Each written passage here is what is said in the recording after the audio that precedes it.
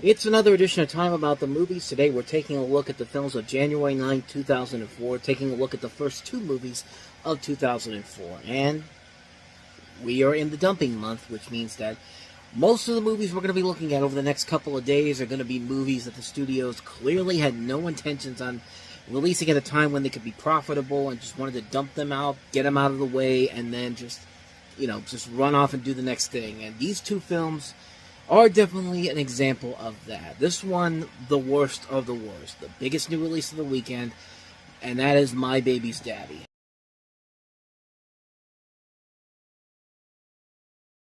This is fucking horrible, and I'm sorry for swearing like that, but I'm sorry.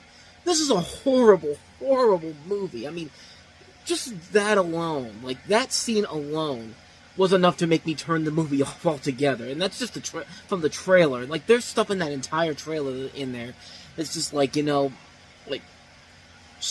just why? Why is this movie a thing?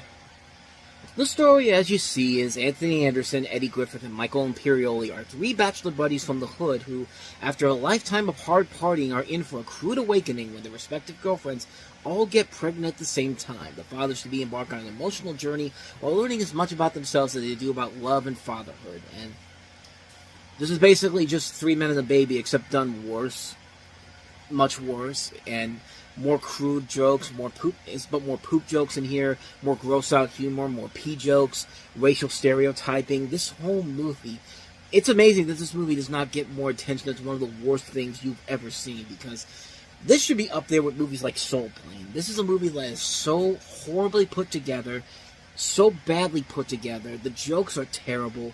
This cast is way too good to be involved in a terrible film like this. I mean, you can't even buy that these three guys are friends. Like, Michael Imperioli has no reason to be hanging out with Eddie Griffin and Anthony Anderson. They don't even try to hide the fact of that. Method Man's here because, I don't know, you got Paula J. Parker from the Proud Family and also from Friday, Biling. Amy Sedaris is also in here. Bobby J. Thompson, who plays Little Tupac. Tiny Lister is in here. John Amos. Like, a great cast overall here, but just a missed opportunity on so many levels, because there's no script here. There's not a script that actually makes sense. There's just not a script in here that's funny. Not a script in here that's clever. There's nothing emotionally significant about the film. This is the type of movie that the studio looks at, thinks they have a winner because they've got all these names in here, and they don't need a script to make it work. And lo and behold, the film flops big time. Actually, this thing didn't even flop. It made back its budget of a very small budget of $12 million by about $6.5 million. It made back its budget, but even then, do you think anybody at Miramax was really proud of this movie? There's a reason why they put this out in the beginning of January, because they knew it was terrible. They wanted to get it out of there immediately, and sure enough, it came and went, and it's one of the worst peak comedies I've ever seen in my life. And trust me, there is a lot of bad comedies, and this is definitely up there. And one that should be talked about more is one of the worst comedies ever made. Plain and simple. So, can we buck the trend with the last film we have here? Mandy Moore starring as the President's daughter in Chasing Liberty.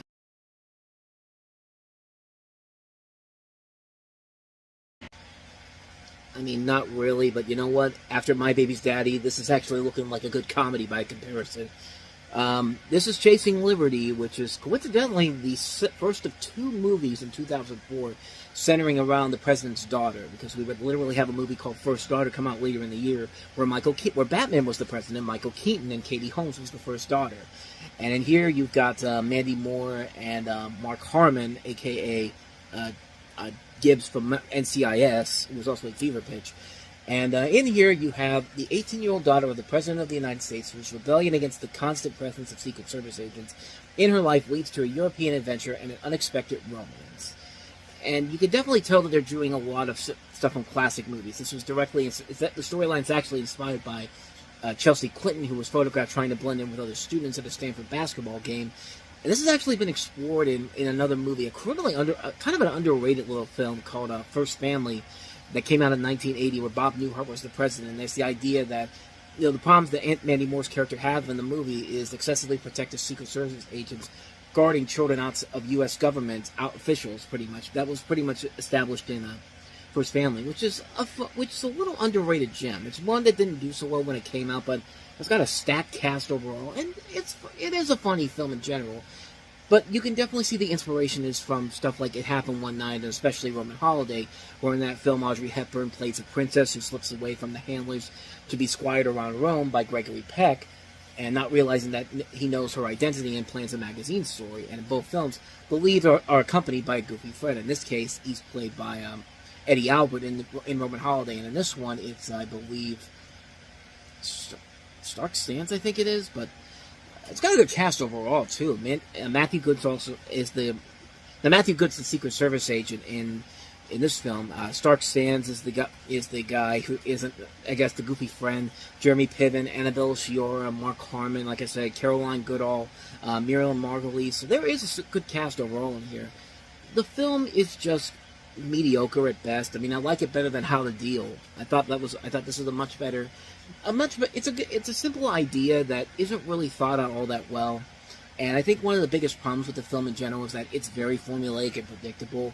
I mean, it's a film that could possibly work. I mean, Mandy Moore is giving it her all in this, and there is a good idea if you're doing kind of a modern retelling of these classic movies, like It Happened One Night and Roman Holiday, but I think with a better writer and director, they really could fully experience the potential that the story could have. But as it is, with the director of Leave It to Beaver, not a very good sign. The movie just kind of feels like a film that has some golden opportunities, but never really takes full advantage of it. And it's a shame, because the pieces are definitely there for something intriguing here, and it's just a shame that there isn't a really good script from a good writer and a good director to really cement this as a film that could actually valid some good times with it. But it just doesn't really work out as well as I think they wanted it to. But like I said, it's better than Mandy Moore's last movie, and it does show that what she can do as an actress. And I think later on in the year, when we get to say, that'll really show her true potential as a leading actress. So we'll get to that one. Not even a leading actress, but a supporting act, but an actress in general, and how good she can really be. But we'll get to that one when we get to May. But as far as this one goes, it's fine.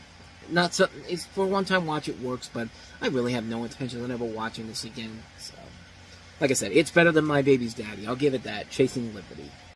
And so with that said, we wrap up another edition of Time About the Movies. We'll jump into Martin Luther King Jr. weekend with 4 movies, including Along Came Polly with Ben Stiller and Jennifer Aniston, the infamous Torque, the criminally underrated Disney animated feature Teacher's Pet, and another criminally underrated animated film, Tokyo Godfathers, which came out in a limited release this weekend. So we'll take a look at those 4 movies all on the next episode. But until then, thank you so much for watching. And if you want to see more videos like this, please hit the playlist on the next page. Check out the previous episode. And also don't forget to hit the like and subscribe button if you want to see more videos like this on this channel. So with that said, I'm off. I will see you guys next time. And until then, as always, take care.